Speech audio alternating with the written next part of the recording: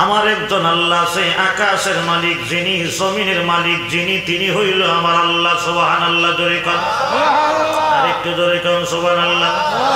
ওই সময় ফেরাউন ডেকে ডেকে বলে আসে, এই সমাজের ভিতরে কেউ আমাকে এমন কথা বলে নাই, তোমার এত বড় স্পর্ধা, এত বড় সাহস হয়ে গেছে, আমার চোখে চোখ রেখে তুমি বলো আমাকে আল্লাহ মানবে না, আমাকে স্রষ্টা মানবে না, তোমার আল্লাহর ভালোবাসা ছাড়তে পারবে না। এর আসিয়া এখনো সময় আছে, তোমার আল্লাহরে ছেড়ে দাও, আল্লাহর মহব্বত ছেড়ে দাও, আমি ফেরাউনকে আল্লাহ মেনে নাও, অন্যথায় কিন্তু তোমার উপরে কষ্টের স্টিম রোলার চালিয়ে দেওয়া হবে। কারণ উলামায়ে কেরাম যখন হক কথা বলে তখন কিন্তু জেলের বই দেখানি হয়, জেলে নেওয়া হয়, হাতে হ্যান্ডকাফ লাগায়া লাগায়া জেলখানায় নিয়ে বন্দি করে। শরীকন ঠিক না? আর একটু শরীকন ঠিক না? ওই সময় ফেরাউনের বিবি আসিয়া ডেকে ডেকে বলে, ফেরাউন রে, তুমি আমাকে যতই বই দেখাও না কেন, কারণ কাজ হবে না। আমি আল্লাহরে ভালোবাসি, আমি আল্লাহরে মহব্বত করি, আমার অন্তরে আল্লাহর মহব্বত আছে। আল্লাহর মহব্বতের উপরে দুনিয়ার স্বামীর কোনো মহব্বত হইতে পারে না। আমি জীবন দিতে পারি একটা মুহূর্তের দৌড়ে, আমি আমার আল্লাহরে ছাড়ব না, আমি আমার আল্লাহর মহব্বত ছাড়ব না। এবার ফেরাউনে জল্লাদদেরকে ডেকে ডেকে বলে, জল্লাদেরা রে, যে আসিয়া আমাকে আল্লাহ মানবে না, আসিয়াকে ঘর থেকে বের করে দে, বাড়ি থেকে বের করে দে। সঙ্গে সঙ্গে ঘর থেকে বাড়ি থেকে বের করে দিয়েছে। শুধু তাই নয়, আসিয়ার শরীরে শুয়ে দিয়েছে, একেবারে মরুভূমি, নিচে দিয়ে গরম লাগে, আসিয়া সইতে পারে না, উপরে দিয়ে রোদের তাপ লাগে, সইতে পারে না। শুধু এমন অবস্থা নয়, আল্লাহ কোরআনে বলেছে ও ফিরআউন দিল আওতাদ, ফেরাউনকে দিল আওতাদ বলা হয়েছে, ফেরেক বলা হয়েছে। জোরে কোন নাউজুবিল্লাহ। অর্থাৎ আসিয়া কেমনে শুয়ে হাতে ফেরেক ঢুকায় দিয়েছে, পায়ের মধ্যে ফেরেক ঢুকায় দিয়েছে, আসিয়া নড়াচড়া করতে পারে না। আকাশের দিকে তাকায়া আসিয়া জবানটা দিয়ে আল্লাহরে ডাক দিয়েছে, হে মালিক, এই দুনিয়ার জন্য নয় আল্লাহ, আমি তোমার ভালোবাসি, আল্লাহ তোমার মহব্বত করার কারণে আল্লাহ আমার স্বামী আমাকে ঘর থেকে বের করে দিয়েছে। আল্লাহ শুধু ঘর থেকে বের করে নাই, আল্লাহ আমার হাতে ফেরেক ঢুকায় দিয়েছে, আল্লাহ আমার পায়ের মধ্যে ফেরেক ঢুকায় দিয়েছে।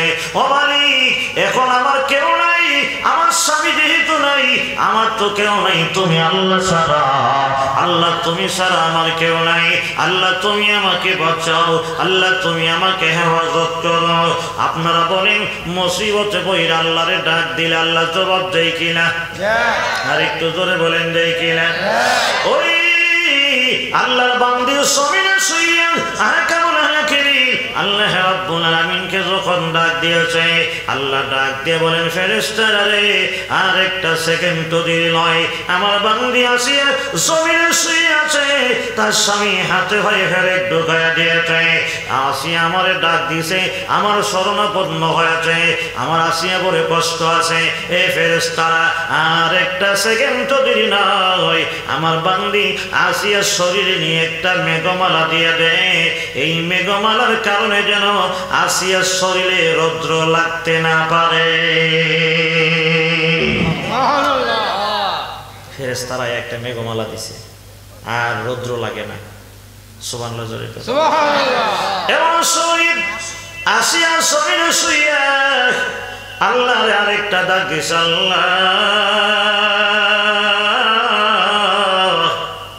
আমার শরীরে এখন রৌদ্র লাগে না, আল্লাহ। আমরার বাড়ি কই?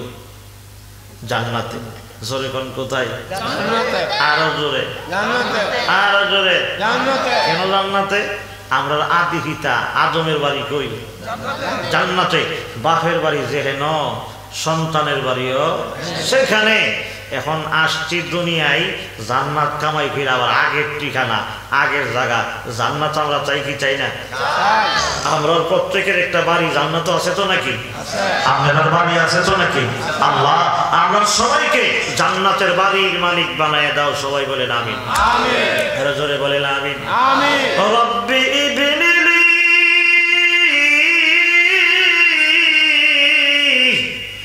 ইনদাকা লাকা বাইতান ফিল জান্নাহ সুবহানাল্লাহু আকবার আল্লাহু আকবার জমিনে শুয়ে আসি আল্লাহরে ডেকে ডেকে বলে আল্লাহ আমার স্বামী আমাকে ঘরে জায়গা দিল না ঘর থেকে বের করে দিয়েছে ও মালিক আমার তো অন্যায় হলো আমি কেন তোমারে ভালোবাসি আল্লাহ আমার তো একটা ঘর আছে জান্নাতের ভেতরে আল্লাহ আমার বাড়িটা আমার একটা নজর দেখায় দাও ও মালিক এই মুসিবতের সময় যদি আমার জান্নাতের বাড়িটা দেখতে পারি আল্লাহ জান্নাতের ঘরটা যদি দেখতে পারি আমার এত কষ্ট লাগবে না আমার এত কষ্ট অনুভব হবে না রব্বি ইবনিলি ইনদাকা বাইতান ফিল জান্নাহ সুবহানাল্লাহু আকবার এ মুমিন ভাই আসিয়া কেমন মহিলা রে যেই মহিলার জবান দিয়ে কথাটা বের হয়েছে আল্লাহ আসিয়ার কথাটারে আল্লাহর কোরআনের আয়াত বানায়া দিয়েছে আসিয়া বলে রব্বি হে আমার রব ইবনিলি ইনদাকা বাইতান ফিল জান্নাহ আল্লাহ জান্নাতের ভেতরে আমার ঘরটা আমারে দেখায় দাও আল্লাহ আসিয়ার ডাক শুনে কি শুনে না আর জোরে কোন শুনে কি শুনে না ও তো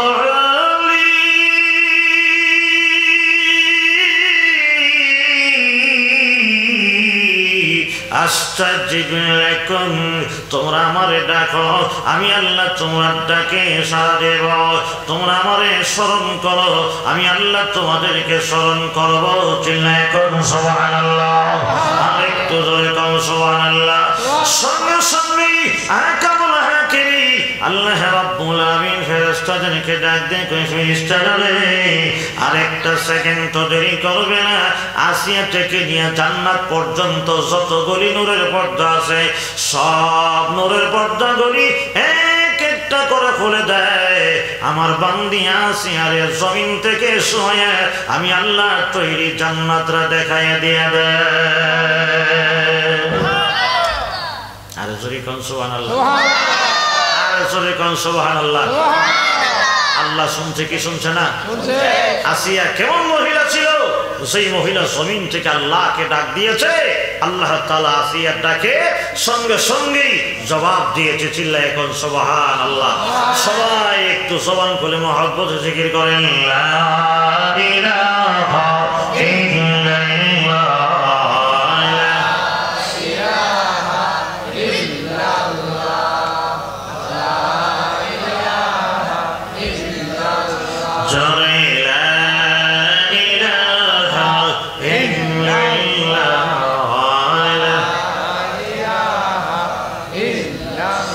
একসঙ্গে জোরে জোরে লা ইলাহা ইল্লাল্লাহ একসঙ্গে সবাই জোরে জোরে লা ইলাহা ইল্লাল্লাহ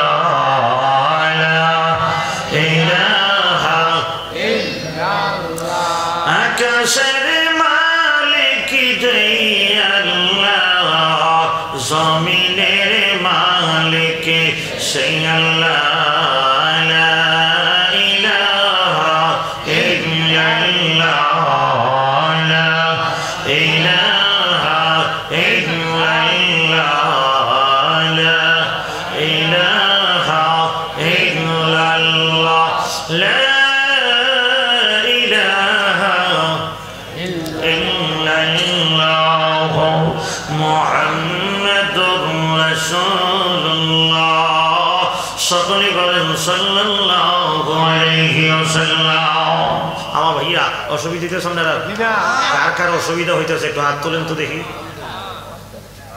সবাই বলেন আলহামদুলিল্লাহ আলহামদুলিল্লাহ আর জোরে আলহামদুলিল্লাহ আলহামদুলিল্লাহ আসলে কিন্তু অসুবিধা হইতেছে আমার অসুবিধা কিন্তু আপনাদের সঙ্গে শেয়ার করি নাই কেন করি নাই একটা কারণ হলো আমরা তো প্রতিদিন আমরা একদিন কথা কোন ঠিক না গতকালকে প্রচন্ড পরিমাণে কুয়াশা আমার প্রোগ্রাম ছিল কিশোরগঞ্জে যাওয়ার সময় গাড়ি টেনে লইয়া সামনে যাইতে পারি না, সামনে বইবে গ্লাস খুইলা, শীতেরও কাপড় সাথে নাই, গ্লাস খুইলা মাথা বাইর করে রাস্তা দেওয়া লাগে, প্রচুর পরিমাণে ঠান্ডা। এই ঠান্ডা, এরপর আজকে সারাদিন ঠান্ডা জ্বর, আমি আইসা আপনাদের ইমাম সাহেবের ওষুধ দিছে, ওষুধ খাইয়াছি, ঠিক না হুজুর? ওষুধ খাইয়াছি, কিন্তু আমি যদি মাইকে বই এই করি শরীরটা ভালো না, তখন আপনারা কইবেন যে হুজুর আর ব্যবসাটা হয়ে যায়, বুঝেন না কি গেছি? এজন্য আমি কিন্তু কষ্ট হইছে না, আপনাদের বসাটা ভালো থাকছে, আপনারা অনেক আগ্রহের সাথে সুন্দরভাবে চমৎকার ভাবে এসে বসছেন। সবাই বলেন আলহামদুলিল্লাহ, একটু জোরে কোন আলহামদুলিল্লাহ। এরপরেও অনেকে আইছেন, কেন আইছেন হিডাও আমি জানি, কারণ হইছে দেখেন, আমার দিকে চাও, যুবকরাই দিকে চাও, কারণ আমি কেন আইছেন হিডাও জানি কেন কইছি, কারণ আমি একবার অনেক বছর আগে এই নবীনগরে ওয়াজ করতেছি, তখন ওয়াজ করতে করতে 2 ঘন্টা বার হয়ে গেছে, 3 ঘন্টা হয়ে যাবে, বুঝলেন কি গেছি? তখন দেখি খালি লোকজন আইয়ে ঘটনা কি রে, তখন মনে মনে ভাবতেছি আমার ওয়াজ মনে হয় লাগছে, ভালো লাগতেছে। পরে আমার একজন আয় কইতেছে হুজুর তাবারক আছে, তখন আমি বুঝালি সারি আসলে তো আমার লাগি না, বুঝলেন না কি তা গেছি? এখন হেরা কইব যে হুজুর আমরা শরম দিলাই না, শরম না, কারণ হয়েছে কি আপনারা আসছেন অবশ্যই ওয়াজ শোনার জন্যই আসছেন, কারণ যা দেওয়া হবে এই তাবারক কি যুবকরা যারা আইছে, মুরব্বীরা যারা আইছে আর জীবনে খাইছে না, খাইছে, কিন্তু আসলে কিন্তু আজকের আলোচনায় এই তাবারক আসা না, রাসূলের সুন্নত হইল দাওয়াত দেওয়া সুন্নত, দাওয়াত কবুল করাও কি সুন্নত। আপনাদেরকে মাহফিলের পক্ষ থেকে তাবারকের দাওয়াত দিলাম, আপনারা সবাই বলেন আলহামদুলিল্লাহ, আর একটু জোরে সবাই বলেন আলহামদুলিল্লাহ। আমার যুবকরা যারা আসছে, আসলে খানা খাওয়ানি কিন্তু একটা ইবাদত, জোরে কোন ঠিক নেই, অসুবিধা বলে দুই একটা কথা কইলাই, আমি কিন্তু মাহফিল গোছাই ফেলবো, দুই একটা কথা কইলাই। একটা হাদিস সর্বশেষে শোনাই, রাসূল হাদিস বলছেন ইয়া আইয়ুহান নাস আতঈমুত তুআম ওয়া আফশুস সালাম ওয়া সিলুল আরহাম ওয়া সাল্লু বিল লাইল ওয়ান নাসু নিয়ামুন তাদখুলুনাল জান্নাতা বিসালাম, জোরে কোন সুবহানাল্লাহ, আর একটু জোরে কোন সুবহানাল্লাহ। রাসূল বলতে কেহ যদি 4টা কাজ করতে পারে, আল্লাহ তাকে বিনা হিসাবে সহি সালামতে জান্নাতে পৌঁছায় দিবে, সুবহানাল্লাহ। রাসূলের সাহাবী হযরত আব্দুল্লাহ ইবনে আব্বাস রাদিয়াল্লাহু তাআলা থেকে হাদিসটা বর্ণিত। হযরত আব্দুল্লাহ ইবনে আব্বাস বলেন, নবী যখন মদিনাতুল মুনাওয়ারায় হিজরতের পরে গেছে, শুনেন কথাটা মনোযোগ দিয়া, আল্লাহর নবীর জবান থেকে সর্বপ্রথম যে হাদিসটা বের হয়েছে, এই হাদিসটা ছিল এই হাদিসের মধ্যে 4টা কর্মসূচি আছে, জোরে কোন কয়টা কর্মসূচি? এর মধ্যে একটা হইল আতঈমুত তুআম, একজন আরেকজনের খানা খাওয়ানি। কি খাওয়ানি? খানা খাওয়ানি। খানা খাওয়ানি ইবাদত আসেনি? আমার জিন্দিগি তার দাওয়াত দেন না দেন, ওয়াজ হয়েছে কিছু শিখতেন, শিক্ষা যান। আগে আমরা বাচ্চা আমলে খানা খাওয়ানি আসেন, ওখানে কম্পিউটারের যুগ বাইরে, এখন খানা খাওয়ানি চলে গেছে, বলি চলে, জোরে কোন ঠিক না? গেলে ওই একটা চা দিয়া যদি ফান দিয়ালা আর বইয়াতে কিনা, ঠিক না? বুঝবেন সমাপ্ত হয়ে গেছে, কি কইছে? হ্যাঁ, খাওয়ান দিত না। কিন্তু আমরা দেখছি আগে আমরা বাচ্চা ছাড়া দাদারা যে কোনো মানুষ হয়েছে, তখন সবার আগে কইছে ঘরে কি আছে, এটা ওই দে কইয়া কুস্তা নাই তো কি আছে, ফানি ভাত আছে, কাডল আছে, কাডলের কুস, ফানি ভাত আর কাডলি দিয়ে খাক দেয়, কথা ঠিক নেই। অর্থাৎ খাওয়ানটা এমন একটা ইবাদত, আমি আপনাদেরকে বইলা যাই, একটা কুকুর রে খাওয়াইলো সব হয়, হিন্দু কাফের মুশরিক বেঈমান বেদিন রে খাওয়াইলো সব শরীকন ঠিক নেই, আরেকটা শরীকন ঠিক না। কারণ হইছে খানা এমন এক ইবাদত, এই ইবাদত বেনামাজিরে খাওয়াইলো সব হয়। উলামায়ে কেরাম আছে বুখারী শরীফের হাদিস, আপনারা শুনেন না, এক কুত্তারে খাওয়া একবারে ব্যস্ত গেছে, শুনছেন না কথা জীবনে? আধা মিনিট এক কুত্তারে এক বেড়া খাওয়ায় কই গেছে গা, বেহেশত গেছে গা। এটা শুনতে শোনা যায় একটা কাল্পনিক কাহিনী, অথচ কাল্পনিক কোনো কাহিনী না, বুখারী শরীফের সহিহ হাদিস, যার মধ্যে কোনো ভেজাল নাই। এক যুবক বনি ইসরাইলের রাস্তা দিয়ে যাওয়ার সময় পানির তৃষ্ণা লাগছে, তখন পানি খাওয়ার জন্য একটা কুয়া তালাশ করছে, কুয়া তালাশ করে পানি খাইয়া এখন যখন সামনে রওনা হইছে, সামনে গিয়ে দেখে আল্লাহর সৃষ্টি জগতের সবচাইতে নিকৃষ্ট একটা প্রাণী, এর নাম হইতো কুত্তা। জোরে কোন কুত্তা না? আমরা কিন্তু কুত্তা দেখলে দুরু দুরু করি, লাঠি মারি, জোরে কোন ঠিক নেই? আজকের ওয়াজে যুবকদেরকে বইলা যাই, কোন কুকুরের প্রাণীকে দুরু দুরু করবো না। আল্লাহর সৃষ্টিকে যারা ভালোবাসে বেশি, আল্লাহ তারে ভালোবাসে সবচেয়ে বেশি, জোরে কোন ঠিক না? এমনকি এক একটা বিড়ালকেও যদি তুমি আদর করো, মহব্বত করো, এর ওসিলাই আল্লাহ তোমাকে জান্নাতে পৌঁছায় দিবে। সুবহানাল্লাহ। জোরে করো। কুকুরের কাহিনীটা শুনেন। এখন সে পানি খাইয়ে যখন গেছে, গিয়া দেখে কুকুরের জিহ্বাটা কাদামাটিতে লাগাইয়া পানি ছাড়তেছে পানি খাওয়ার জন্য। যুবক ছেলেটা বোঝার বাকি নাই, আরে এই কুত্তাটা আমার পানির তৃষ্ণা লাগছে, এখন কুত্তাটা একটু পানি খাওয়াইতে হবে। আমার ভাইরা, নেক কাজ বেশি লাগে না। একটা ইবাদত যদি আল্লাহর দরবারে কবুল হয়, আল্লাহর জন্য যদি করতে পারো, আল্লাহকে সন্তুষ্ট করার জন্য যদি করতে পারো, সামান্য একটা নেক কাজ যদি আল্লাহর দরবারে কবুল হয়ে যায়, একটা নেক কাজের ওসিলাই সারা জিন্দেগির সব গুনাহ মাফ করে আল্লাহ তোমাকে জান্নাতি বানিয়ে দিবে। আমরা আল্লাহর এই পাওয়ার আছে না নাই? আছে। যদি কোন আছে না নাই? আসলে সামনে ওই নদন সিলছি চামার মোজাটা পা থেকে খুলে রসে বান্ধিয়া কুয়ার মধ্যে ছেড়ে দিয়েছে। সামান্য পানীয় দয়া কুকুরের সামনে দাঁড়ায় কুকুরের জবানে ঢেলে দিয়েছে। যুবকরা বলো, নেক কাজটা কি বেশি বড় নেক কাজ না সামান্য? জোরে কোন সামান্য? ওই সময় ওই নদন সিলছি সামান্য নেক কাজ করার কারণে আল্লাহ রাব্বুল আলামিনের কাছে কবুল হয়ে গেছে, মঞ্জুর হয়ে গেছে। আল্লাহর নবী রাহমাতুল লিল আলামিন বলেছেন, সামান্য নেক কাজের ওসিলায় আল্লাহ তার গোটা জিন্দেগির সমস্ত গুনাহ মাফ করে আল্লাহ তারে আল্লাহর তৈরি জান্নাতের মেহমান বানায়া দিয়েছে। বাইজিদ বুস্তামি রাহমাতুল্লাহ আলাইহি ইসলাহি খুতুবাতের ৫ম খণ্ডে লেখা আছে। অসুবিধা হচ্ছে না? বাইজিদ বুস্তামি রাহমাতুল্লাহি আলাইহি কত বড় ওলি! আল্লাহু আকবার। ইসলাহি খুতুবাতে আল্লামা তকি উসমানী লিখছে ৫ম খণ্ডে, উনি যখন মারা গেছে, কবরে গেছে, আল্লাহ ওনার এক মুরিদের স্বপ্ন দেখছে। হ্যাঁ, দিকে সান দোয়া করে দিব সামান্য সময়। ওনার এক মুরিদের স্বপ্ন দেখে, হ্যাঁ, যে হুজুর আল্লাহ আমাদের মাফ করছে কোন কারণে। একজন মানুষও কথাটা শুনবেন না এমন যেন না তাই। এত বড় ওলি বাইজিদ বুস্তামি রাহমাতুল্লাহি আলাইহি কবরে যাওয়ার পরে আল্লাহ তারে মাফ করছে কোন নেক আমলের কারণে। একজন মুরিদের স্বপ্ন দেখে ওনার প্রশ্ন করছে। তখন ওই স্বপ্নে যোগে মুরিদরে কইছে যে, বাবা রে, এই জীবনে ওয়াজ, নসিহত, নামাজ, রোজা, হজ, যাকাত একজন আল্লাহর ওলি কি কম করে না বেশি? বেশি। আর জোরে বেশি, আর জোরে বেশি। এমন সময় আল্লাহর ওলি বাইজিদ বুস্তামি রাহমাতুল্লাহি আলাইহি শাগিরদের ডেকে রেখে বললেন, শাগিরদের জীবনে ইবাদত বন্দেগী কম করি নাই, বহু ইবাদত বন্দেগী করেছি। আমি এই দুনিয়াতে যখন কবর এসেছি, আল্লাহ রাব্বুল আলামিন আমার গোটা জিন্দেগির একটা ইবাদতের ওসিলা করে আল্লাহ মাফের ঘোষণা দিয়েছে। চিল্লায়ে কোন সুবহানাল্লাহ। এমন সময় মুরিদের শাগিরদের আল্লাহর ওলি ডেকে রেখে বলেন, এমন কি একটা নেক কাম করেছেন, নেক কাজ করেছেন, যাকে কেন্দ্র করে আল্লাহ তোমার জিন্দেগির সব মাফ করে দিয়েছে?